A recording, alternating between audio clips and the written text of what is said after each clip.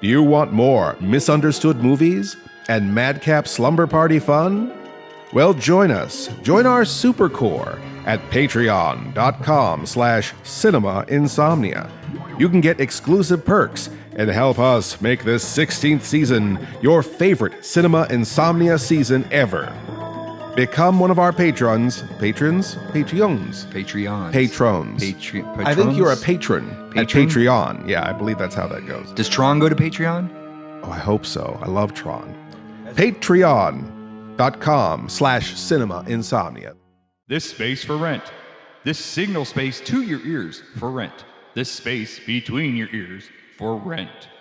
Do you have a product, service, website, company? Propose, perhaps? No, we don't want to do that, right? If you can't propose? Well, I mean, if you really wanted to propose... It would be encased forever. Johnny says, will you marry me, Susie? We could do that, sure. Yeah, sure. Why not? If you have a product or service or whatever to promote, people, especially that you want to promote to our listeners, why not become a sponsor?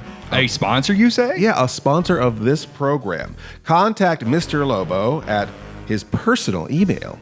I'm giving this out right now just for you, okay? Right. Don't tell anyone, all right? Whisper it. Mr. Lobo, that's MRLOBO, at cinemainsomnia.com. CINEMAINSOMNIA.com. That sounds so sexy. Yes. Mr. Lobo at cinemainsomnia.com. Contact me and we will get you on the air. We will talk about your stuff. Your stuff. I believe this is the point where we start the program. Right? Oh, that's right. So why don't we get this program started? All systems go. Hurrah. Attention, Sleepless Knights. Thank you for consuming this OSI 74 product broadcast live from the Black Knight satellite. For optimum performance and safety, your host, Mr. Lobo, asks that you please listen to these instructions carefully. When in a hospital or other healthcare facility, observe the restrictions on the use of electronic devices. Switch off before boarding an aircraft to prevent interference with communications systems. Do not operate this device in the presence of flammable gases or fumes, chemical plants, or where blasting operations are in progress. Always listen hands-free while driving a vehicle. Failure to observe these instructions may lead to immediate termination. It's time now for the show to begin. Thank you. Have a very pleasant evening. You're not dreaming. You are here in the Lobo-mobile. Paul, I feel that we've been in this car so long that we might as well have driven all the way to California and back. I don't think we've left the car since the last podcast. You're probably right, Paul. We did sleep in the car in between shooting. So. I'll speak for yourself. Casa Lobo. I got to sleep in the shed. Nice. At least you got the shed, Paul. You could have slept out on the porch. Yes. Like that dog? Yeah. Like that poor dog. Yeah, at least I could have spooned the dog. The roads are icy. It's snowy. We were so busy that we didn't really record a podcast while we were filming because it was just too crazy. We did a fun live cast though, right? Facebook Live, yeah. Facebook Live video. Mm-hmm. Then Aaron did an interesting side-by-side of what the show looks like, what the Cinema Insomnia segment looks like on the good camera versus the cluttered, tiny studio that it appeared to be before all the magic is added on the live cast. Yeah, I just figured with people giving us money, we should let them see that it's not going to look like it did on the live video. Yeah, sorry. Yeah, we're shooting it on a phone. We only got, we only got a $200 budget for this month. So we're shooting. You added a couple zeros. Yeah, you that's see true. The hardwood floor under Lobo instead of the black void. Yeah, the light hanging over his head. Yeah, What's the point of behind the scenes? So. See, I don't like ever showing how the sausage is made. I'm warming up to it. I know that it's kind of, especially when you're involving. Basically, when you got a situation like we have where we're crowdfunded, your audience is your boss, right? Right. So your boss needs to know what you're up to and that you're actually spending the money wisely. And I feel like, we spend our money pretty good. I think that we get a lot of bang for our buck. I don't know if I dare anyone to produce content cheaper. They'd have to spend $1. But It's just for 50 cents. A show produced on $1.99, just to try and stick it to us. but we've been really. I mean, it's been crazy. I mean, we've been up until 5, 6 in the morning a lot of nights, Yeah. and then getting up at noon and starting all over again. A lot of egg and cheese sandwiches. A lot of tears. You know, I got a little cranky a couple times. I told Paul to fuck off a couple of times. We can't say fuck off. I'm sorry. We'll have to strike that We'll from just the bleep canon. So, but you know, we all still like each other for the most part. Kind of. Paul. Well, and I think one like kind of important and interesting thing of letting people see the behind the scenes is when they just see a produced TV show, they think, you know, they could never do something on that level. Then when they see how we're actually shooting it, they're like, shit, I could do that. I have a bigger living room than he does, you know? And so it could inspire some people who otherwise wouldn't try. That's true. And then we're creating our own Made our own competition. competition. Yeah. And we will crush them. Or they'll go, boy, this looks like a nightmare. This looks like a total garbage fire. I don't want to have anything to do with this. The trick is to sign them up for OSI and just give them a worse time slot. That's right. Or if their show's really good, put them right before yours so you can get the lead in. That's right. Yeah, either ride their coattails or steal all their fans. That's how we do things at OSI 74. But you know, it's been quite a time. I mean, Paul's been with us for what, 3 weeks? 3 years, 3 weeks. Yeah, it feels like. Aaron's been with us for 2 weeks. I mean, that's a lot of time. I think I've had a to birthday or two all, while we were there. you know, spend together. And you know, God bless Dixie. I don't know how many wives would put up with having 3 jackasses making movie shows in their in their living room for weeks on end. You know, I mean, any reflections, thoughts before we roll into the show about just the week in general, or this time in general, this time we've had together? Using a green screen as a tablecloth and spilling shit all over it. It'll be a while till I let that go. Well, we needed a tablecloth, and we weren't using the green screen at the time, so it seemed like making banana pudding on top of it was the next logical step. God, that banana pudding was hilarious. When you watch our shows tonight, we have some very interesting recipes. One of them was a strange banana pudding recipe. And then the other one was kind of a bread pudding recipe. But both of them will be it'll be related to the plots of the movies that we're showing. So it's not, they're not just random snacks for the episodes. Not just bad snacks, they're just misunderstood. That's right. They're just misunderstood. So guys, Okay. all right. So I guess it got too real. No, I think we're still good on time. Got a little too real talking about our feelings and everything, but I certainly appreciate.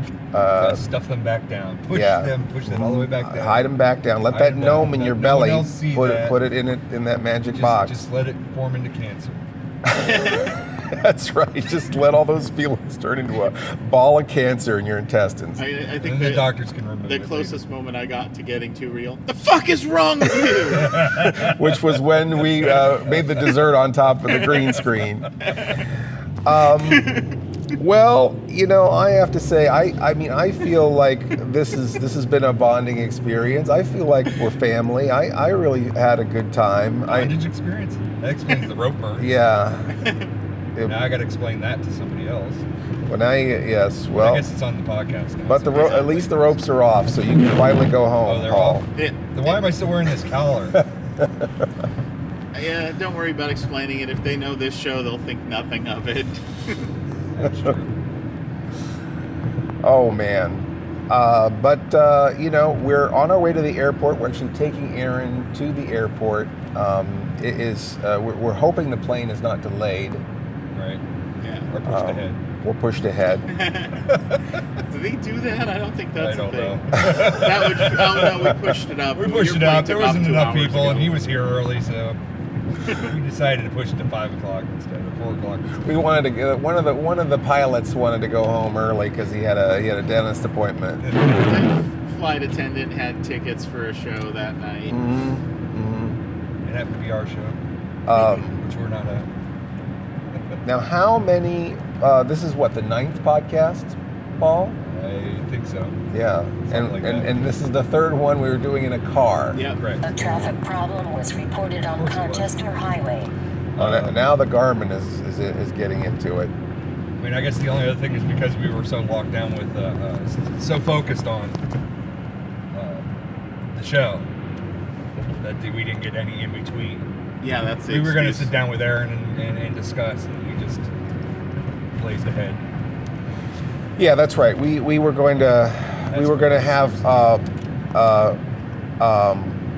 Aaron sit down and do a podcast with us, but at a certain point, all of the multitasking was really kind of I think bogging down the core getting episodes done, and then it got so late that it's like, okay, well now we got to just focus down, lock it down, and just focus on knocking out as many episodes as possible.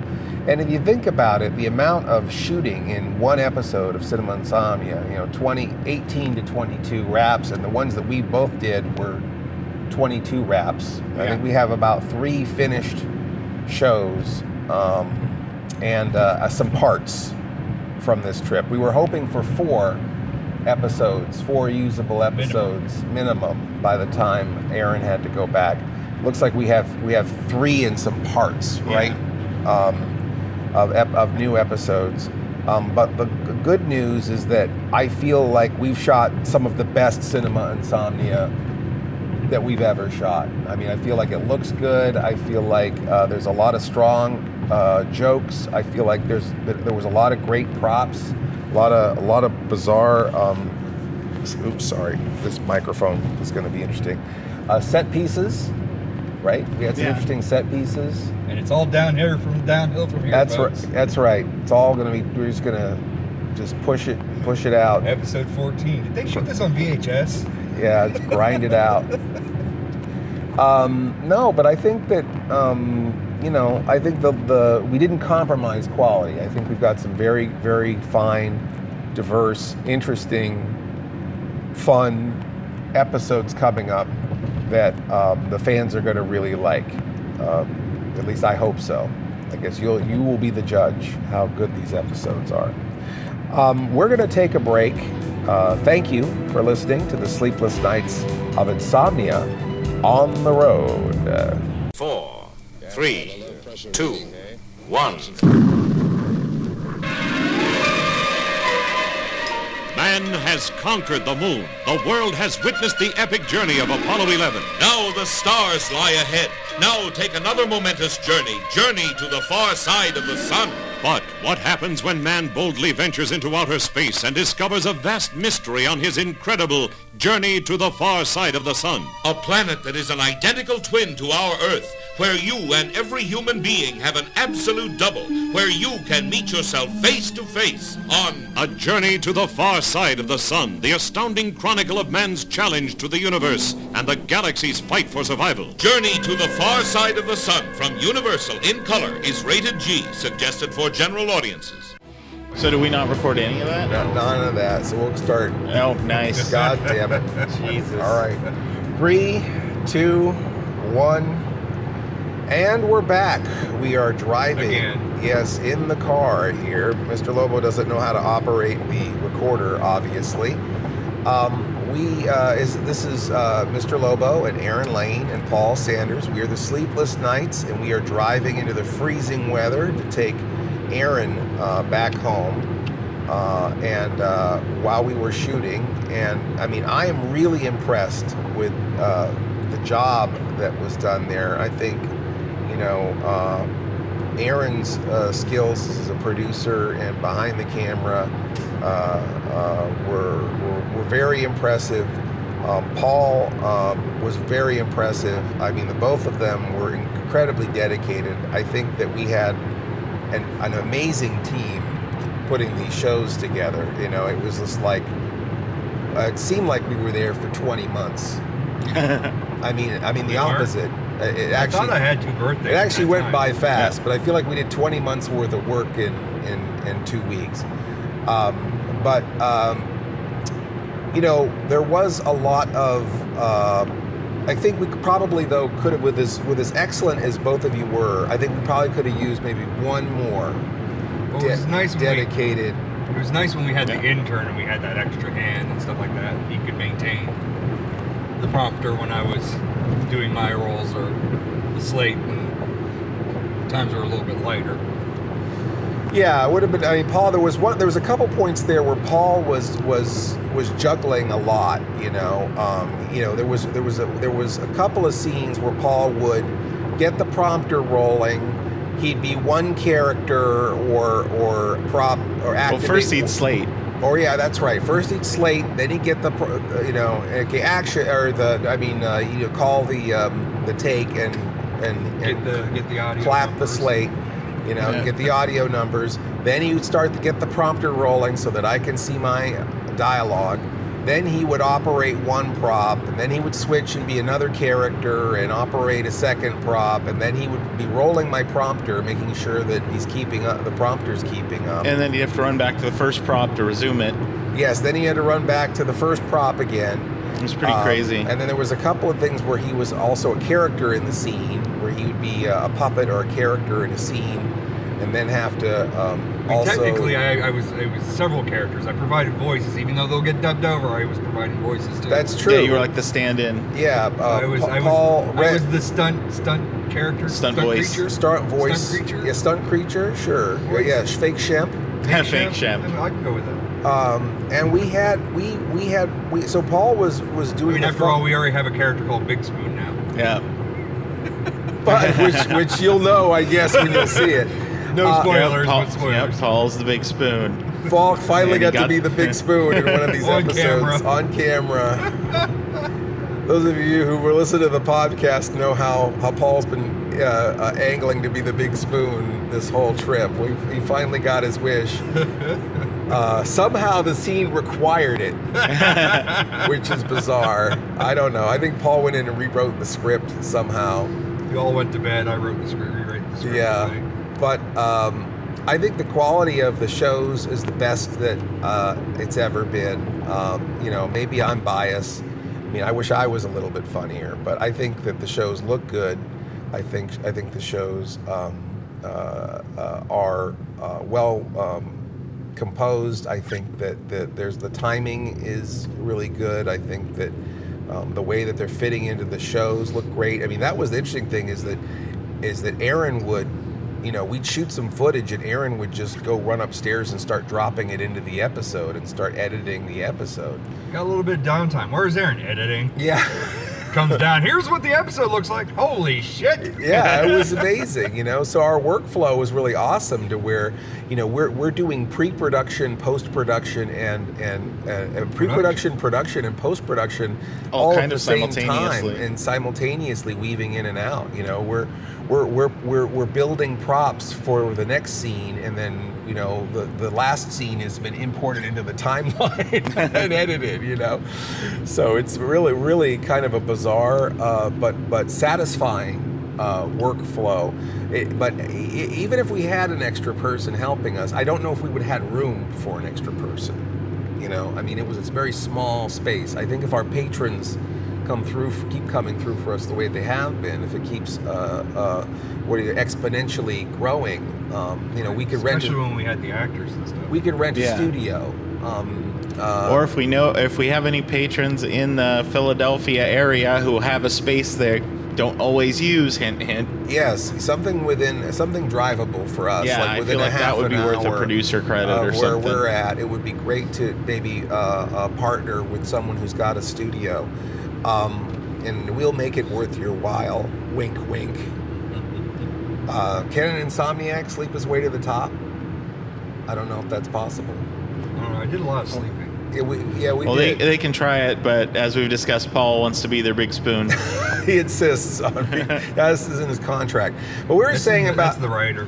having a lot of actors there. Now, we did a lot of scenes. We had several real 7 girls. We had creature performers, people helping. We had an intern.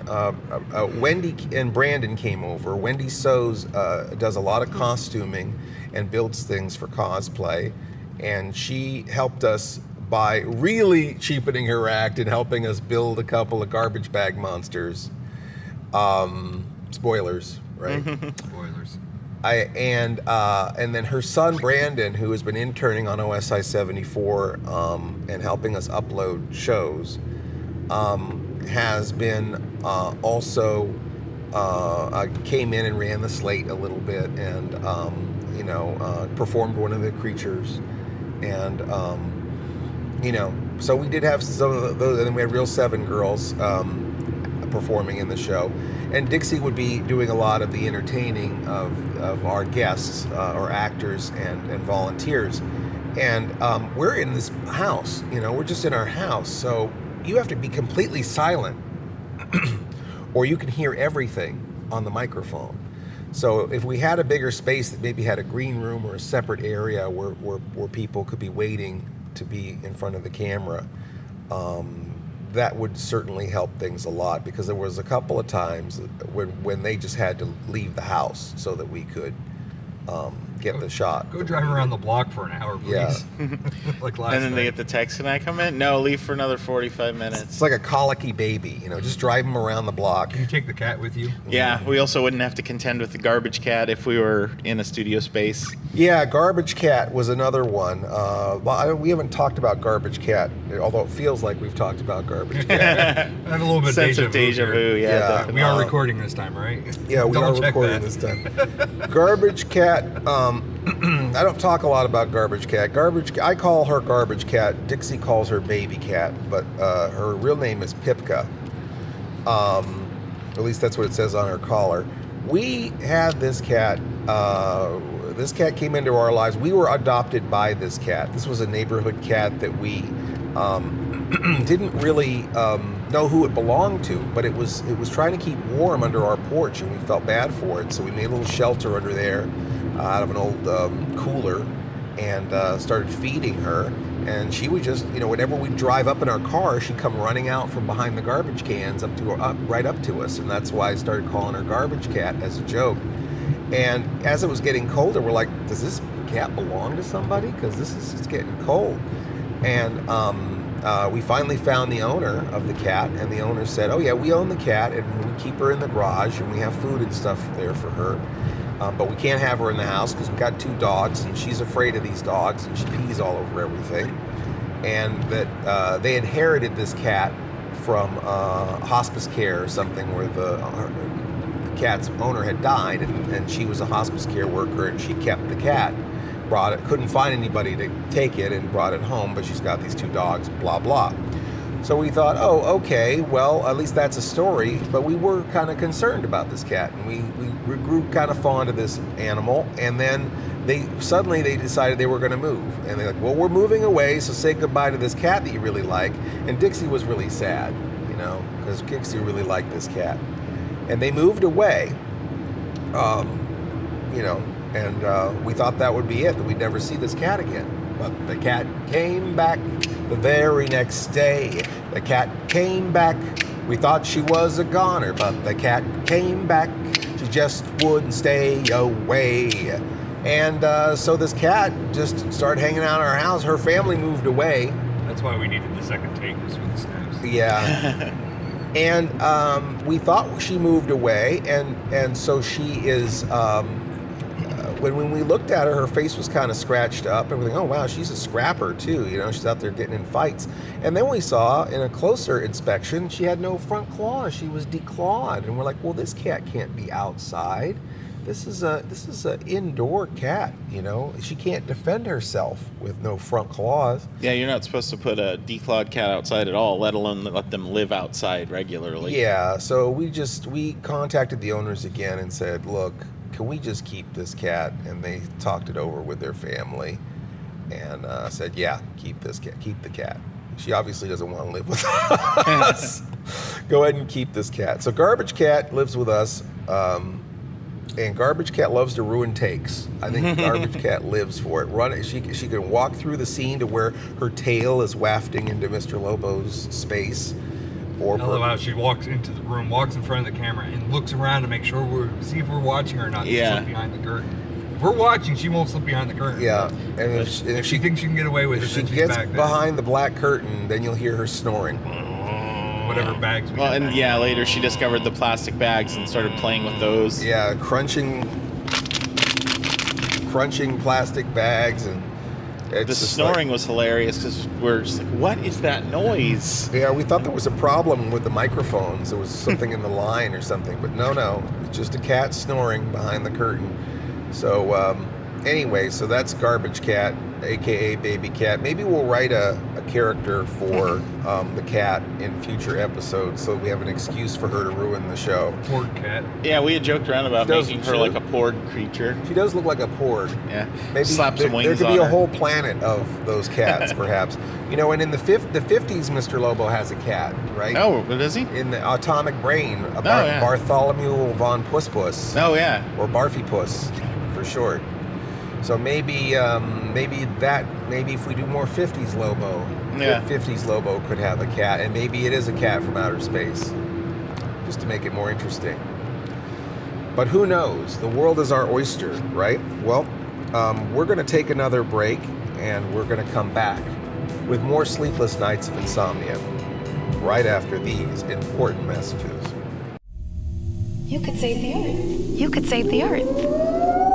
As you may now surmise, all hope is lost. Please fasten your seatbelts and refrain from moving about the planet. This may be a very bumpy ride. The Earth is gone, along with all the rules you're so attached to. You're in uncharted territory now, whether you like it or not. Watch it on OSI 74.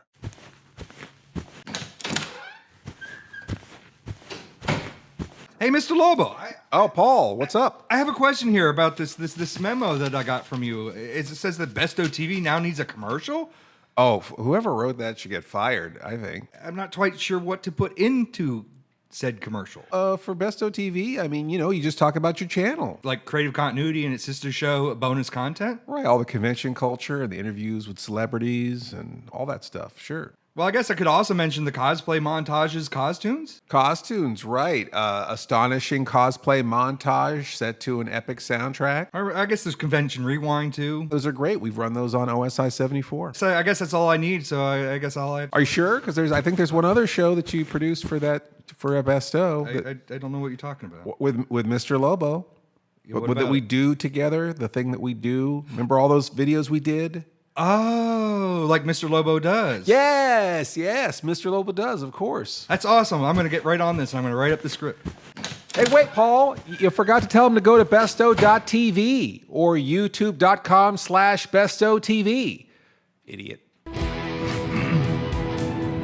We're actually recording this time. Sure this time. I'm sure. Why does Positive. Why does it say take one? Why is it saying format? Oh, this show has no format. Cut and format. Yeah. That was great. That was great, guys. Call it a night. I don't think you know how to work that camera. Oh my gosh. So an epic adventure comes to an end. It's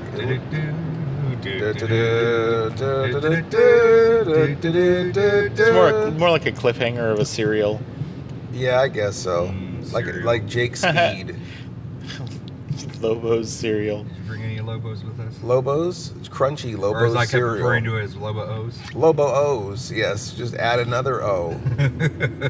Or would that be Lobo's? It's got 2 O's. Maybe that would be another one. You could be the ghost. You could be The Blueberry. Halloween one is Lobo's. Oh, so Actually, that's the alcohol. I was going to say, Miss Mittens got you an endorsement deal with alcohol. Yes, a vodka called Lobo's. Mr. Lobo's. Hashtag spoilers. Yeah, hashtag spoilers. Maybe. So yeah, we were joking about doing having the baby cat coming on, being a porg. Porgs are those sort of bird cat things in The Last Jedi. For those of you who are not a fan of that movie, a lot of people are not a fan of The Last Jedi movie. But I think most people know what porgs are at this point. There's a merchandising juggernaut behind the porgs. But we're super tired, fellas and ladies, and those undecided. We are very, very. We worked hard. I mean, I feel Paul and Aaron worked a lot harder than I did. I guess I did have to be on camera or recorded. I mean, how many hours of me being recorded is there? From this What past. are the stats, Aaron? Well, we shot about, just for the episodes, we shot about 425 to 450 takes. 425 takes. Yeah, and I mean, you figure each one of those was 3 to 5 minutes. Oh, God. So, I mean, 12 of them, you're looking at an hour. Yeah. So, I mean, probably 30, 40 hours you had to be in character. 30, 40 hours of being in character and trying to be funny. So, and that's the thing is we may have worked kind of longer because we'd keep working when you guys would go to bed or stuff like that. But we could be grumpy as hell and unpersonable doing it. You had to keep up that energy of being in character when you were working, which is draining in of itself. It's different kind of energy. Yeah. Different kind of psychic energy. And I know, like, a shot-wise is, what was it? It was 20, 25, well, 26, right? 26 would be right when we left here, because we just shot another thing right before getting Aaron to his plane. So it was like 26 scenes we shot. That's 20. right? No, because we shot 2 episodes. 46. Full. So yeah, it was 46 scenes. 46 scenes. And then we shot those 46. Promos also. Then 16 more. Yeah, we did the 16 promos. We did the Chubby Bunny Challenge thing. Spoilers! Yes, so Mr. Lobo does. A brand new Mr. Lobo does. That's okay.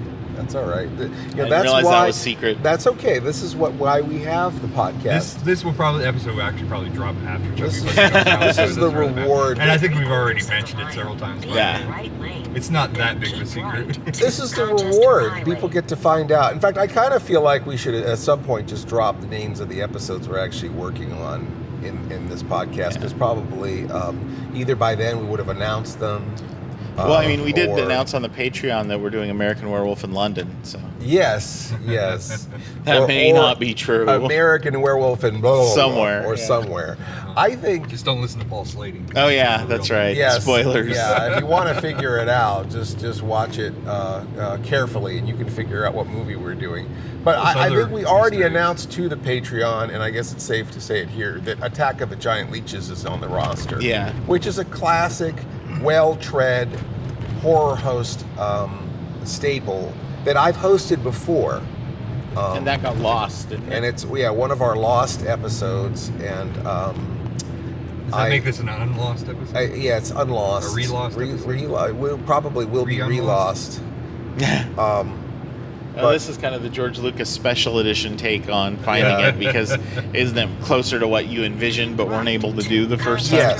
Yes. I was able to act. I mean, the first time we did, to be honest, the first time I hosted it was a cop-out hosting. I believe there were only a few new raps, and I think we had the Bob Wilkins, we recycled some of the Bob Wilkins specials, so if you've seen the Bob Wilkins special with Cinema Insomnia, you've probably already seen most of what was in the original airing of Giant Leeches, and this was from our public access season that was after our ABC KXTV season.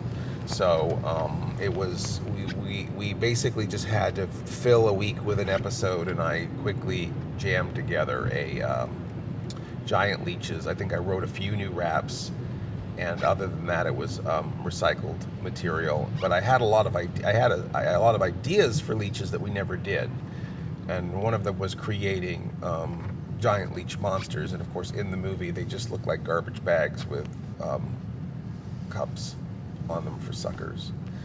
Because that's probably what they were. Yeah. And,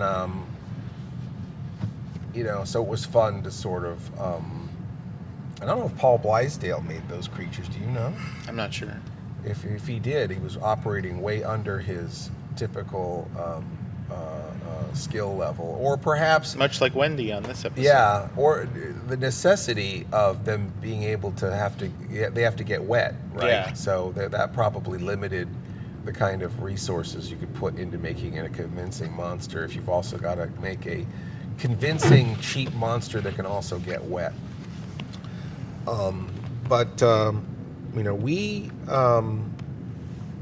I feel like, I don't know, like I said, I don't want to feel like I'm full of myself, but I feel like we pulled off something pretty amazing in that episode. There's some good scenes in that episode. That end scene that we built from in 3 miles. Yeah. Yeah, I remember I was upstairs dumping footage editing and it came down and I was like, holy shit, when did this get here? You built like a whole set here. Yeah, we built Not a what set. I pictured when you described it. Yeah, we built and lit a set while Aaron was upstairs dumping footage, and so he came back and was like, he didn't even know where he was for a second when he came downstairs. It was, well, and the description made it sound much more lo-fi than it looked when the set was built and lit. He came downstairs and he said, "Is that a green screen? What the fuck is wrong?" Oh, wait, that was the other thing. That was sorry. That was in the snack bar. Yeah, when we did a snack bar segment for our other movie, and we were looking for a curtain that had a different look, and since we had I have a feeling we're re-entering this one too. Yeah. We had so much. You can add it. Oh yeah, but we had so much. Yeah, that's right. We're tired. We had. But the reason I was going to say is the reason we chose the green screen is because this was a banana pudding recipe, and we had all this yellow on the table that I thought the green underneath it would make the bananas really and stuff really pop. So especially when we splatter the pudding and stuff all over the tablecloth. Yeah, and instead of where it belongs. It ended up being a goddamn mess. Yeah, it's like we might as well have like buried some firecrackers in the pudding and lit them, and then just step back and watch what happened. I actually don't even think we can shoot any more shows until I fully dry clean this suit, because I keep finding like weird. Hard spots. It was last night, wasn't it? Mush. We found another patch of it. Yeah, yeah. Like the back of my leg, I had a giant, like $50 sized glop of banana pudding. It's like someone used your suit as a handkerchief. And we had to use Vampire Special as a plate, because it's like, well, in Vampire Special we ran 2 cameras. We're probably going to need to run 2 cameras, because once we get into this, there's no going back. There's no second takes. There's no if the camera shuts off. Yeah, that was really sad because we could only afford like one bunch of bananas.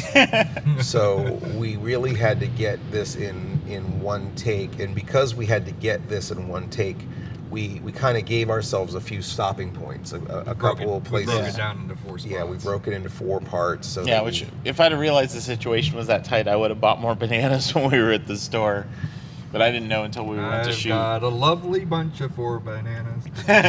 There they are, sitting on the floor. Yeah, we didn't talk too much about. Yeah, we didn't talk too much about the money situation, I guess. But at one point, we completely ran out of money for the month for the. Again, this is a lot more expensive than it looks, and I think that people don't realize the cost in feeding everybody and buying props. Buying batteries, props to the patrons for that bailout. Yes, huge props. I just went on and said we blew the budget for the like. Who gets to do that? Where it's like we're idiots. We didn't budget properly. Our finance department didn't do a good job. Totally out of money. We need a cash infusion, and I'll be damned. The fans came through. So many of them, Moxie and Gary and William, and I wish I had my list here in front of me, but Cliff, and on, Kim, people who, and anyone that I forgot, I apologize, I just don't have any list in front of me, but I certainly appreciate the fact that you guys came through and pitched in and put your funds together to give us a little more money to work with and give us a little bit of breathing room. And we were down to like our last $2, and it was really. And when you watch those episodes, every bit of that $2 shows. That's on the right. screen. That $2 is all up on the screen for you. But we see every penny of that $2. Every penny of that $2. It's literally. We went to the bank and got pennies. And made an entire set out of pennies. Is it raining real bad in California? Apparently, one of my friends, Crystal, had posted online that it was like raining and so foggy. She posted a picture of it that she could see like a few feet in front of her on her drive to work and almost wrecked her car. Oh gosh, that's terrible. Yeah. Wow, that's serious business. So yeah, that's why I was joking when Dixie was talking about going back to warm, sunny California, and it's like, yeah, the weather's not much better there right now than it is here. Wow. Well, when it rains, it pours. Yeah. When it snows, it pours. When it snows, it pours. When it snows, it rains. Yes, that old saying. That old. So we're going to take another break. I want to thank you all for joining us and coming with us on this historic drive to take Aaron Lane back to the airport after a long and victorious cinema Insomnia shoot. They're flying high from one city to another and one man to another. Bedroom stewardesses. They wake up in some strange place and take the next flight out for more fun and new thrills. They're the girls who've got the class and that sexy wink in their eyes that says hello in a special way. Bedroom stewardesses. The girls who invite you out for a drink, and they've got a wilder imagination than you do. Just relax and let these girls make all the plans. You'll just love it, and they'll just love you all night long. Bedroom stewardesses. Don't miss Bedroom Stewardesses for the sexiest look at the most erotic globe-trotting girls who ever took your special order. Bedroom Stewardesses, rated R for adults. No one under 17 admitted without parent. From Independent International. This is our final segment. Final countdown.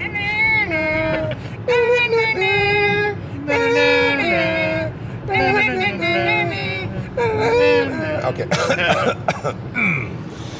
Oh gosh, Aaron. So, keep left to Colchester Road. Aaron, we're going to focus a little bit on you for this last bit, just because you're going to get on a plane and probably never come back again, if you know what's good for you. What has been your experience working, I guess, on this? Why did you even come out here in the first place, especially knowing what you're getting into?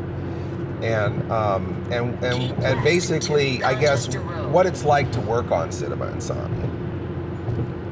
It might sound odd, but I guess I just did it because it needed to be done. It's like, I don't know if we didn't all come out here, whether or not the season would ever got shot, and we're already taking money from Patreon people for it. Mm-hmm. But yeah, like Cinema Insomnia. I mean, some of this I think we've talked about in other stuff, but I started on it in 2012 when you were doing you had the War of the Planets episode that you were kind of stuck on because of the shoddy green screen work that was done. I don't know if we should name who did it, but but we were encouraged to do green screen because they said, "Oh, it's going to be so easy. You should have green screen." And so I ended up writing green screen into an episode, and they had no. Yeah, they had no idea how to do the post work. Yeah. And a friend of mine, Stephanie Hayden, was the real Seven Girl and Cosmonauty in the episode. And you were posting online looking for some editor to fix it, and Steph suggested I take a look at it. And so then we met up at that time it was your house in Fair Oaks, California, to go over the footage. And I remember it was that one, A Little Shop of Horrors. It was really funny because you were acting very ashamed to even show the footage. And it was far from the worst I've ever seen. And so I was able to fix that up and get those episodes cut together. And from there, we just started going through other stuff that had been shot but never completed, putting episodes together for that 2012 season. And it was kind of funny because we just refound the tapes of one of the episodes we were going to do back then before you moved out here that we never got around to, and we just captured that tape, which was shot at Larry's with the cave set and all of that? Yeah. Larry Scholl was our landlord. He had a cave in his backyard for a dark ride that was used in the music video we made, I'm Watching TV. But yeah, we filmed Killers from Space in the backyard there, or at least parts of a Cinema Insomnia Killers from Space episode that was so ambitious that it just collapsed on its own way. Yeah, and so we just like captured that kind of for posterity's sake so we don't lose it and see if we can do something with it later. And then there were two of the episodes that ended up not getting aired till OSI that we were actually working on back then, and they kind of sat on my hard drive for like 2 years, which were Amazing Transparent Man and Wang Wang, the Impossible Kid, which was like the impossible episode. Oh yeah, I had written that episode off, and yeah. Aaron saved it somehow. I still can't believe we actually saved that episode. Oh yeah, and where I honestly had written that episode off. Yeah, and where I got the idea from it was at that point in time, still being like 2012, 2013, people would still ask you a lot, whatever happened to the Queen of Trash, or they would think Dixie was the Queen of Trash, and I realized that the ending of that episode actually kind of sends her off. And so I was like, we can finish this episode, and then no one need ever ask that question again. Well, they can keep asking, but we have an answer. We can just go watch Wang Wang. Please refer to. Which almost sounds like we're just telling them what they can go do to themselves. Yeah, go watch Wang Wang. Because that might be worse. What are you saying to me? That might be worse than telling them what they could do to themselves. But yeah, because then you moved out here and started working with Zombie. And then it wasn't until you started OSI that I came back in and started working on new episodes. And so those were two of the first ones that we did just because I still had all the footage and they were like half edited. But yeah, I remember Wang Wang, like the first pass of that I think was 3.5 hours long. And we debated splitting it into 2 episodes. And it's like no one's sitting through 2 episodes of Wang Wang, the Impossible Kid. Right, and so we had to like condense it. This might get a little loud. Yeah. Yeah, we have a fire truck coming behind us, so we're gonna let it pass.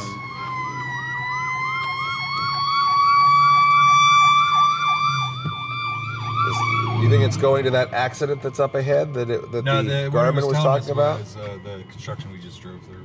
That's what it was warning us about. But yeah, so part of why I decided to come out here and help with shooting episodes, and originally we were going to do that in October, but we got so wiped out by the cons that we didn't get anything shot. We did 2, just for the listeners at home, we did 2 OSI 74 appearances where it was me and Sleazy and some of the other characters from the channel and producers from the channel like Aaron. We all came together and did a panel discussion and ran a table at 2 different conventions, and it was a lot of work. And Ormond was there, and I was at RetroCon, but I was at Midnight Frights. Midnight Frights. Yeah. Were you not at both of them? No, I was at New York Comic Con the week. Oh, that's right. At the other one. Oh yeah. I was at a con, but just not that one. But Paul was at a RetroCon. Yeah, but I remember that now. And it was wonderful to have Aaron out for that. I know we didn't get into making Cinema Insomnia. Really, we had just too much on our plate to really successfully do that. But yeah, because I remember like the second OSI season that we did of Cinema Insomnia, there were plans to shoot all kinds of stuff, and I think aside from remastering old episodes or putting together stuff that never got finished before, I think there were only 2 original new episodes in that season. We had some that were piecemeal together, where we would shoot a couple of new wraps, or but we had a few, and you're right, I think 2 or 3 that were 3 actually. I forgot the Vampire Special that were completely new front to back that didn't have any prior earlier material in it. Yeah, and so I figured it was much more likely that we could actually get a whole season done if I was out here and Paul was out here and we were all here at the same time to kind of drive it. And it'll probably take a couple more trips to actually have a whole season complete. Well, I mean, it was good because like the Vampire Special, or we've done DVD commentaries and stuff like that. And I know earlier in the podcast we said about how I wear many hats and have to run around and be creatures and stuff like that. Add camera, audio, and directing to that task, and that's a lot. That's a lot for one person to handle. Well, and then I was very thankful to kind of hand that off and be like, all right, this is yours to take care of. I'll work on this thing over here. And I'm really good at like finding how to fix technical problems that pop up. So, because like with the Vampire Special initially, there was the problem with the sound where I from California ripped it, fixed it, and put it back up.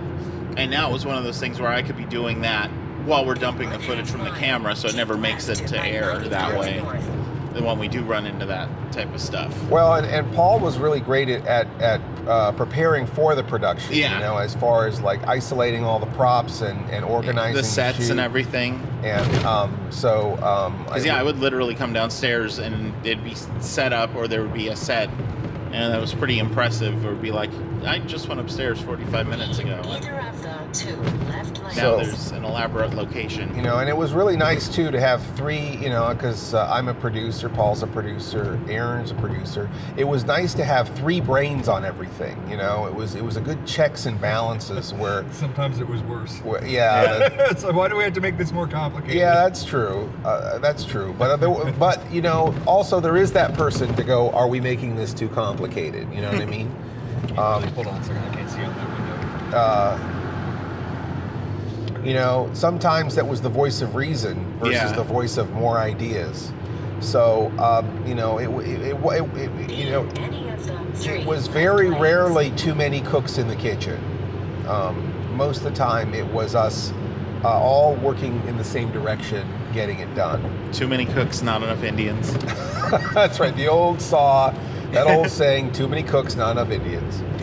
Not sure what that means exactly, but my grandpa Nana used to say that.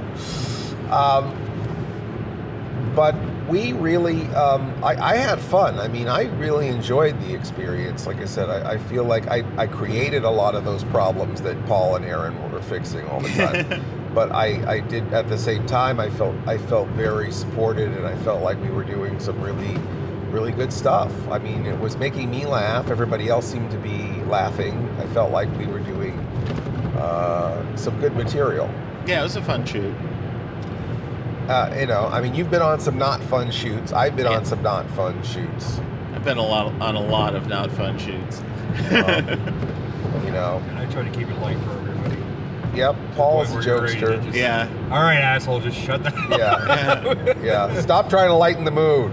We're trying to be sour. I was under the impression there was supposed to be death involved. But you know, only if you win. Only if you win. Yeah, you'll see all that that Mr. Lobo does. But on top of, you know, that is the thing too, is that, you know, a lot of the stuff that we did with Paul kind of kept us out there with the fans. So the fans didn't felt like we just built up a wall or closed them off. You know, a lot of this podcast, the live stream stuff, the little YouTube videos, all those things keep people invested and keep people involved and keep people supporting the show. It's going to take a lot of outside support to be able for us to really do this autonomously and do it you know, the way it needs to be done. We're going to have to bring in a lot more fan support. You know, we're at 55 Patreon supporters right now at the recording of this broadcast. We want 113 supporters as our initial goal. And we've only really been at that for about, you know, not quite 2 months. You know, so I feel like we only crossed 50 last week. I know I was there when. Yeah, we had 50 I think when you got out here. So we've had what? Well, I don't know if we had 50. No, we crossed 50 while I was here. Crossed 50 while we were out here. Posting about I think we had 40 something when you came out. So I think it was 47 because I made the joke about it being the inverse of 74. Right. Yes, I think that is right. Yeah. So, you know, we still have new patrons coming on, and to be honest, I haven't had as much time to push for new patrons since we've been actually making shows. You know, that is something else that we need, or more people working in the marketing and promotion department, or the PR side of things, because, you know, to be able to have to do stop dead. The middle production to do that was kind of Well, and I know we were talking about doing something pretty big in the next few weeks for Patreon only, at least for a while. Yeah. That I think will be a pretty big draw for Cinema Insomnia fans. Yeah, I think don't so. know how much I want to give away. Yeah, that, they're going to feel really left out if they're not on the Patreon. Yeah. Because we're going to be doing something really special that nobody else is going to get. And that is something. If you have ever considered yourself a hardcore Mr. Lobo or Cinema Insomnia fan, you're really going to want to at least be on board for the next month or so. And again, $1 puts you in the super core. Yeah. You're on our team, and you have an access to Mr. Lobo that other people don't have, and you also have a lot of exclusives, to material that other people don't get, and ability, and also to other doors opening. Like, we're going to be selling props and things, original props from the show. We're not letting people in the general public get some of these items. These items will only be available to people who are within our supercore. Wow, something just hit the windshield. Yeah, ice flew off the car up here because there's Pennsylvania law is you have to have your car completely clear. But and that's why that asshole just drove by with all. So a big chunk of ice just flew at the car. Well, and like you were saying about the props, a couple of those are going to be pretty legendary among Cinema Insomnia fans that they will have a crack at. Yeah, you will have. So that's a reason to sign up. Am I allowed to spoil the one prop where it's like we thought it was from one thing? Oh yeah, that was hilarious. Like, oh, it's not where we thought it was, so we included it in this. in 2 episodes. That's not the prop from this episode. I had these mustard and ketchup containers that were in my props. Now they are in my Cinema Insomnia props, so I assume they were the mustard and ketchup from Horror Party Beach, because that's the only episode I can think of offhand where we may have used those. And also I decided to put it with the ketchup bottle that Carlos Borloff threatens to hit me with in the Haunted House special. So I thought, okay, we've got a real bottle of ketchup that's 5 years old, and this mustard and ketchup bottle, a nice little set. This is from the Haunted House special. This is from Horror Party Beach. And then Aaron comes downstairs because he's putting the promos together, and he's like, "Go ahead." Yeah, and so I actually went for each one of the promos we did for the items, I went back to the episodes and took a clip and brought it up alongside Lobo, so you actually get to see the item get used in the episode. And when I went to Horror Party Beach and pulled up the ketchup and mustard bottles, they did not match at all. And so I came back downstairs, I'm like, those aren't from Horror Party Beach. Would you just grab something you bought at the dollar store and you're just selling it on Patreon? Like, they're not going to know the difference. But yeah, apparently, who knows what happened to the actual props, and these were just some ketchup and mustard bottles. Yeah, we're probably using the props in our refrigerator. Probably. For mustard and ketchup. Yeah. And so then we went back and put these into the new episodes, so they can now be props from Cinema Insomnia for some later date. So this bottle of mustard and ketchup has appeared now in 2 of the new episodes of Cinema Insomnia, and possibly 2 of the best episodes of Cinema Insomnia. Most memorable. Yes. So please, be looking for that. And but the two greatest treasures of Cinema Insomnia right now, as far as I'm concerned, are sitting in this car with me, and that's Paul Sanders and Aaron Lane. I think that I could not have done it without you guys. It's there's a sadness here that Aaron is going home. I guess I gotta ask Aaron, are you gonna miss these fucking Pennsylvania highways? Because I know you've been in this car for like 3 weeks now, according to this podcast. So. Yeah, the roads not so much. Getting stuck behind Amish buggies not so much. That was a very surreal experience. Though that was something that was funny on one of the days where we had downtime.